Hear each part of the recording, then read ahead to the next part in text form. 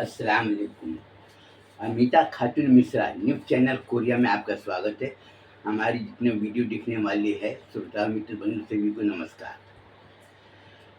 आप लोगों ने हमारे वीडियो देखे है और सराहना किए है और आप लोग सुझाव दिए है और आप लोगों के सुझाव देने से हमको कई तरह के रास्ते खुले हमारे जीवन में, और जिन्होंने आलोचना की है मैं उनका सबसे बड़ा आभारी हूँ। अगर हमारा आलोचना अगर नहीं होता तो हम सही काम कर ही नहीं पाते। इस प्रकार ये चश्मा है, आँख तो है, सब कुछ है, और आपको एक मालूम होगा कि ये चश्मा आज से नहीं कई सालों से चली आ रही है।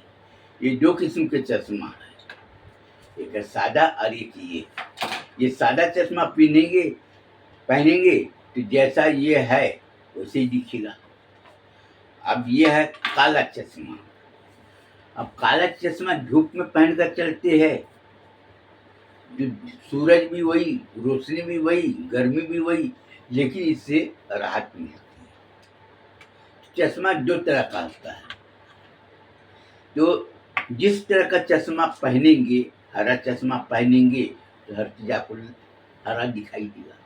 लाल चश्मा पहनेंगे तो सफेद चीज भी तुमको लाल दिखाई देगा, हर चीज लाल दिखाई। काला चश्मा पहनेंगे तो आपको हर चीज काली दिखाई देगा। जैसा आप चश्मा पहनेंगे वैसा आपको दिखाई देगा। तो आलोचना करने वाला हमारा एक चश्मा है। आलोचना करने वाले का मैं इसलिए आभारी हूँ क्योंकि आज मेरे को लोग करोड़ों लोग जानते हैं। करोड़ों लोग क्यों जानते हैं? क्योंकि आदमी सच बोलता है तो सच बोलने वाले को लोग बहुत ही कम लोग पसंद करते हैं। उसके पीछे कारण क्या है? कारण ये है कि सच बोलने वाला से नुकसान नहीं। सच बोलने वाले से नुकसान किसका है? जो आदमी गलत काम करता है। और जो आदमी झूठ बोलता है उससे फायदा किसको है? चाहे भले जान पहचान हो या ना हो, लेकिन झूठ वाले से फायदा उसको होता है जो आदमी गलत काम के पैसे कमाना चाहता है। आज आप देखिए, आप में अगर समझदारी है तो आप अपनी समझदारी को लोगों को दिखा सकते हैं। आज देखिए, दुकान में कपड़ा बेचते हैं, किराने के सामान बेचते हैं, और दुकान होती है, जूते चप्पल की दुकान होती है, रेडीमेड गारमेंट इंडस्ट्री जो होती है उसमें जो रेडीमेड सामान जो बेचते हैं, कुर्ता पायजामा उसमें। लेकिन आज लोग, पहले लड़कियां औरत बाजार में नहीं निकलती, नहीं देखने को मिलती, लेकिन आज जवान जवान गोरी गोरी लड़की ऐसे ऐसे कपड़े बिठा दिए कि लोग उसकी सौंदर्य को देखकर लोग आते हैं और उसकी सुरीली बात को लोग सुनते हैं, और खराब माल भी अच्छा बोलकर चली जाती है, और सामने में एक टक्की लिखा रहता है। इस दौर में, इस आधुनिक दौर में किसी चीज की गारंटी की इच्छा न करो, सीधे लिखा रहता है कि कोई चीज की हम गारंटी नहीं देंगे। और बातें इतनी सुरीली आवाज में ऐसे बात करते हैं कि सामने वाला उसके पर भरोसा करे। सुरीली बात, उसकी रंग रूप को देख और आदमी चल जाता है, तो उनको माल बेचना ना। अब पहले के लोग माल बेचते थे तो लोग बोलते रहे कि भैया हमको दुकान चलानी, हम अच्छा माल बेचेंगे तो ग्राहक हमारे पास में आएगा। और लोग, पहले के लोग, दुकान चाहे जैसा भी हो उससे कोई मतलब नहीं, दुकानदार कैसा है उससे मतलब है। दुकानदार ईमानदार हो, विश्वासी हो, हर चीज हो कि लोग उसके पास जाते हैं। अब माल अच्छा नहीं, आंख बंद कर एक ही बार बोलता था, भैया माल खराब हो जाएगा ना, हाँ वापिस ला देना, मैं दूसरा माल नहीं दूंगा। दो चार लोगों का माल वापिस कर लेता था, लेकिन वो हजारों लोगों में अपनी पहचान बनाया। भैया माल खराब हो जाएगा वापिस, हमने लिए ना फलाने का खराब हुआ नहीं, ठीक है हम इतना नहीं बोलते, लेकिन ले जाओ हमारा काम अच्छा माल लो तुम। उन्होंने लोगों के दिल और दिमाग के ऊपर अपना विश्वास बनाया। दौलत कमाना अच्छी बात है, लेकिन किसी को झूठ बोलकर, किसी को धोखा देके, किसी को लूट के दौलत कमाना, वहाँ जहाँ पर मान सम्मान ना हो, वहाँ पर मनुष्य का जीवन अर्थहीन है, कोई मतलब नहीं। और आप लोगों को तो मालूम होगा, हम मदरसा चलाते हैं, हजरत आमीना इस्लामिया मदरसा, और उसमें सभी समाज के लोग पढ़ते हैं। हमको क्या है, हमको पैसा कमाना जीवन का मूल उद्देश्य नहीं। हमारे जीवन का मूल उद्देश्य क्या है, सभी लोग शिक्षित हो, सभी लोग एक दूसरे का सम्मान करें, और सभी समाज के लोगों में अधिकार सुरक्षित रहे, चाहे वो कोई भी समाज हो, और सभी समाज के लोग निरोगी रहे। जब शिक्षित रहेंगे तो निरोगी अपने आप होंगे, जब शिक्षित रहेंगे तो वहाँ पर अपराध प्रवृत्ति की उत्पत्ति नहीं होगी, जब शिक्षित रहेंगे तो भेदभाव नहीं होंगे, जब शिक्षित रहेंगे तो छुआछूत की भावना नहीं रहेगी, जब शिक्षित रहेंगे कोई छोटा और बड़ा नहीं होगा, जब शिक्षित रहेंगे एक दूसरे में सहयोग की भावना उत्पन्न होगी, जागरूकता आएगी। तो शिक्षा के माध्यम से आप हर चीज कर सकते हैं, और शिक्षा के माध्यम से संस्कार की उत्पत्ति होगी, शिक्षा के माध्यम से सिद्धांत की उत्पत्ति होगी। शिक्षा जो देता है, एक उच्च संस्कार और एक सिद्धांत। जिसके पास में सिद्धांत और संस्कार नहीं हो, वो कितना भी पैसे वाला हो, वो जीवन में कभी सुख की रोटी खा नहीं सकता, और रात में सुख की नींद वो सो नहीं सकता। ये अभी आप देखिए, हमने पुष्पांजलि गारमेंट इंडस्ट्री डाली है, अनुपमा न्यू जीना टेलन गारमेंट इंडस्ट्री डाली है, सूरत से कपड़ा लाके बनाती है, और ये है कि अपना ये हम कोई भी काम कर रहे हैं तो एकदम साफ, जैसे ये पानी है, ये पानी कैसा है हमको बोलने की जरूरत नहीं, सब साफ दिखाई दे रहा है, और ये पानी भी साफ, ये पानी भी साफ है। अब गर्मी का दिन में अगर किसी को पानी प्यास लगा हो तो ये पानी पकड़ा देंगे, लोग यही बोलेंगे कि भैया पानी ठंडा नहीं है, मैं बोलूँगा ये पानी ठंडा, ये पानी पी लेगा। हमसे ये नहीं पूछेगा कि तुम कौन से जात के हो, ये पानी कहाँ से लाए हो, कब लाए हो, ये पानी कब का है, पानी वगैरह सब पूछ लेगा, पानी पी लेगा, उसके बाद बोले भैया और कैसे है, क्या है, कैसे काम धाम कर रहा है, उसके बाद हाल चाल। तो आज की समस्या, सबसे बड़ी समस्या क्या है, गरीबी। सबसे बड़ी समस्या क्या है, बेरोजगार। आदमी जब बेरोजगार होता है तो उसका दिमाग काम नहीं करता, क्योंकि भूखा आदमी को खाना चाहिए, गरीब लोगों को पहनने के लिए कपड़ा चाहिए और रहने के लिए घर चाहिए। हमने बहुत से लोगों को समझाते रहे, बहुत से बोलते रहे, हमारी बात को कोई सुनने को तैयार नहीं, बहुत कम लोग थे, 100 में 1% भी मेरे समर्थन में नहीं थे, गिने चुने लोग थे, लेकिन हमने अपना मिशन को कायम रखा। आज देखिए हमारा पुष्पांजलि गारमेंट इंडस्ट्री को कई लोगों ने अपनी आंखों से देखा, उसमें सभी समाज की लड़कियां काम कर रही है, सभी समाज की औरतें काम कर रही हैं। अनुपमा न्यू जीना टेलन गारमेंट इंडस्ट्री को देखा, उसमें भी लोग काम कर रहे हैं।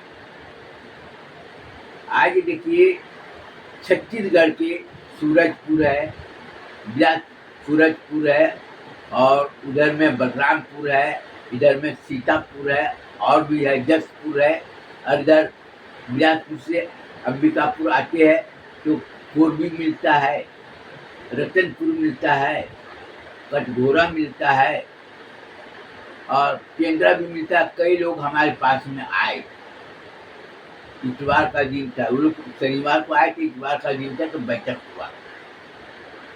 आज लोगों ने एक ही बात बोले, अजूबा भैया हमने कोरिया कादरी में पोखरी के पास में सुरेश का घर है, सुरेश प्रताप का, वहाँ पर बोर्ड देखा, अनुपमा न्यू जीनत लैंड गारमेंट इंडस्ट्री, और 2-3 जगह हमारे लिखा था पुष्पांजलि गारमेंट इंडस्ट्री। तो लोगों ने बताया कि हजरत आमीना इस्लामिया मदरसा द्वारा संचालित है, तो बताया ऐसी सी बात है कि हम आपके पास में आए हैं। और लोग एक ही बात बोल रहे हैं कि अजूबा भैया आपको जितनी जमीन चाहिए हम लोग देने के लिए तैयार हैं, जितनी जमीन चाहिए 10-20 एकड़ 50 एकड़ 100 एकड़ चाहिए हम लोग देने के लिए तैयार, और आपका मस्जिद और मदरसा का सुरक्षा की जिम्मेदारी हम लोग, आपके मस्जिद मदरसे के ऊपर में कोई आदमी उंगली उठाएगा तब उसका उंगली काट देगा। अगर आपके मदरसे के ऊपर कोई आदमी अगर कुछ बोलेगा तब उसका सिर काट देंगे, एक ही बात। क्यों? क्योंकि हमको रोजी रोटी, क्योंकि आपके गारमेंट इंडस्ट्री में सभी समाज के लोग सिलाई कर रहे हैं और रोजी रोटी कमा रहे। कोई 300 रुपया कमाती है औरत, कोई 400 कमाती, कोई 500 कमाती, कोई 600 रुपया कमाती। जितना मेहनत करते उतना वो लोग कमाते। ठेकेदारी की पद्धति से अपना काम है, half pant full pant kurta pyjama बनाओ अपना। लोगों ने देखे हमारे पुष्पांजलि गारमेंट इंडस्ट्री का बनाया हुआ 350 रुपये में शर्ट और फुल पैंट है। वो बोले तो बहुत महंगा है, बोले कि महंगा है कोई बात नहीं, मिल जाएगा कपड़ा दूसरी जगह जाकर सिला लो। तो दूसरे लोगों ने बताया कि सिलाई कितना है, 850 रुपया। ये कपड़ा क्या मीटर का दे रहा है, पहले ये पता करो। वो दौड़ के आया, बोला भैया दे ये दे। 2-4 आदमी जब लेकर गए, धीरे धीरे सब आ, क्योंकि आदमी के दिमाग में ये बात बिठा दिया गया है कि झूठ बोलना कोई बड़ी बात नहीं, झूठ बोलो, लेकिन झूठ बोलने से नुकसान क्या है पहले उसके बारे में सोचो। झूठ बोलना बड़ी बात नहीं, लेकिन हमको मदरसा चलाना है, हमको माल बेचना है, हमको पैसा चाहिए। पैसा कहाँ से आएगा? माल बेचेंगे, कारोबार करेंगे, व्यापार करेंगे, तभी। हम कोई भी व्यापार करेंगे, अगर ग्राहक को अगर हम अच्छी माल देंगे तो दोबारा फिर आएगा। तो आपको ये बता दूं, क्योंकि कई लोगों ने वीडियो बनाए है, और आपको ये बता दूं कि हमसे बड़ी उम्र की औरत लोग हमारा पांव पकड़ लिए कि भैया जिंदगी और मौत आपके हाथ में है। मैं बोला नहीं, जिंदगी और मौत अल्लाह के हाथ में, हमारे हाथ में कुछ नहीं। उनके हाथ से आंसू गिर रहे थे। बोले कि हम चाहते हैं हमारे इलाके में आप गारमेंट इंडस्ट्री खोलिए और हम लोगों को रोजगार रोटी से जोड़िए। तो कई लोग थे, आदमी लोग भी थे, बूढ़े लोग भी थे, वो भी दोनों हाथ जोड़ के खड़े थे। लोग वीडियो बनाए हैं और मेरे को बोल रहे थे कि आप अगर चाहे तो आप लोगों की जिंदगी बना सकते हैं, और आप चाहें तो लोगों की जिंदगी बर्बाद कर सकते हैं, क्योंकि जिंदगी बनाना और बिगाड़ना आपके हाथ में, बोला नहीं। जिंदगी बनाना और बिगाड़ना हमारे हाथ में नहीं, जिंदगी को बनाना और बिगाड़ना समाज के हाथ में। अगर समाज सही काम करने वाले को साथ देगा तो पूरे समाज की जिंदगी बनेगी। समाज अगर गलत काम करने वाले को साथ देगा तो समाज की जिंदगी उजड़ जाएगी। हमको पैसा हम तो कहीं पर भी खोलेंगे, हमको कहीं पर भी मिल जाएगा। तो ये सोचने वाली बात है। और आज मैं वीडियो बनाकर YouTube में इसलिए डाल रहा हूँ कि आप लोगों को खुद सोचना है कि सही काम करने से फायदा क्या और गलत काम करने से नुकसान क्या। हमको अपने समाज की सुरक्षा के लिए हमको क्या करना चाहिए, और हमको सभी समाज के कल्याण के लिए हमको क्या करना चाहिए, और सभी समाज की सुरक्षा करने के लिए हमको कौन सा कदम उठाना चाहिए। आज छत्तीसगढ़ के बहुत से पुलिस वाले भी बोली कि हम अजूबा भैया को तो नहीं जानते, कौन है, कहाँ पर रहती है, लेकिन सिलाई सेंटर खोलकर रोजी रोटी से जोड़ रहा है। तो बहुत अच्छी बात है।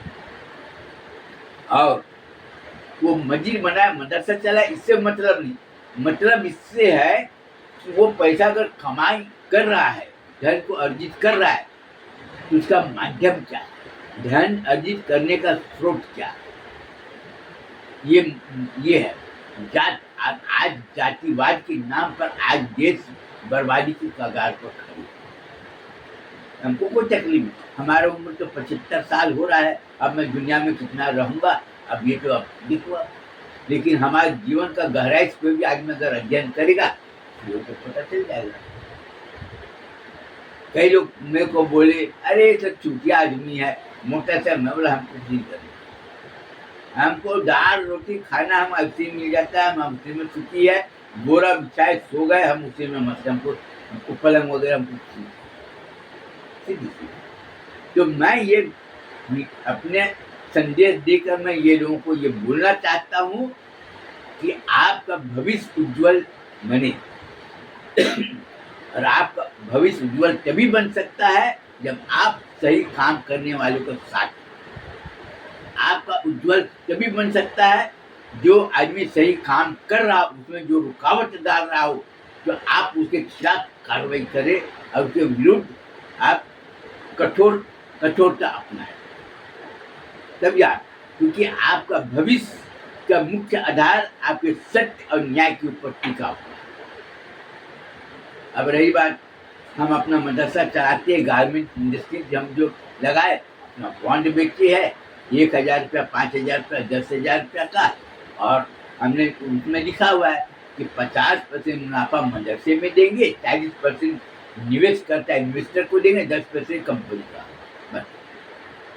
तो आज हमारे ऊपर में कई लोगों की नजरें टिकी हुई है और हमने लोगों को आश्वासन दिए है कि कोरिया कादरी में हम जो बना रहे हैं गारमेंट इंडस्ट्री, उसके बाद हम और दूसरी जगह हम डालेंगे। और मेरे को बोला पट्टे वाली जमीन हम देंगे, चाहे जो भी पैसा लगेगा चलेगा। लोगों को बताया कि पैसा जाएगा तो कोई बात नहीं, लेकिन हजारों लोगों को रोजी रोटी मिलेगा, जीवन भर के शांति और निश्चिंत रहेंगे और लोगों का रोजगार चलना चाहिए। हमने अपने मदरसे में हिंदी, अंग्रेजी, उर्दू, अरबी तालीम दी और आज मुस्लिम समाज के मुंह पर थप्पड़ लोगों ने मारे कि लोग उर्दू से भाषा से नफरत करते थे। आज दूसरे समाज की लड़कियां उर्दू बोल रही है, दूसरे समाज की लड़कियां कुरान शरीफ पढ़ रही है, नमाज पढ़ के बता रही। बोले कि उर्दू पढ़ने से हमारा क्या हुआ? लड़की के बाप ने बोले भैया मेरी बेटी अगर कुरान शरीफ पढ़ ली तो कौन सा पहाड़ टूट पड़ा, क्या हो गया? कई लोग बोले ये धर्म परिवर्तन कराने की योजना। बोला तो तुम कौन होते हो? बेटी मेरी, बेटा मेरा धर्म परिवर्तन कर रहा, करने तो तुम काय को परेशान हो? हमको रोजी रोटी दो। रोजी रोटी के बारे में कोई बात नहीं कर रहा है, शिक्षा के बारे में कोई बात नहीं कर रहा है, धर्म के बारे में सब बात कर रहा है। बोले अजुआ भैया आप निश्चिंत रहो। और मैं लोगों को यह आश्वासन दिया हूँ कि हम इंडस्ट्री डालेंगे और कोशिश करेंगे जहाँ तक हो सके, तो जहाँ जहाँ का नाम बताया, जहाँ जहाँ के लोग हैं हम अपना डालेंगे और रोजी रोटी हम उपलब्ध कराएंगे। इसके बाद ही मैं अपना बयान को ख़त्म करना चाहता हूँ। और हमारे जीवन का मूल उद्देश्य यही है कि सभी लोग सुरक्षित रहे, सभी लोग शिक्षित बने और सभी लोगों का उज्ज्वल भविष्य बने। बस इसके बाद अपना बयान खत्म करते हैं। नमस्कार, फिर मिलेंगे अगली वीडियो, तब तक के लिए इजाज़त दीजिए।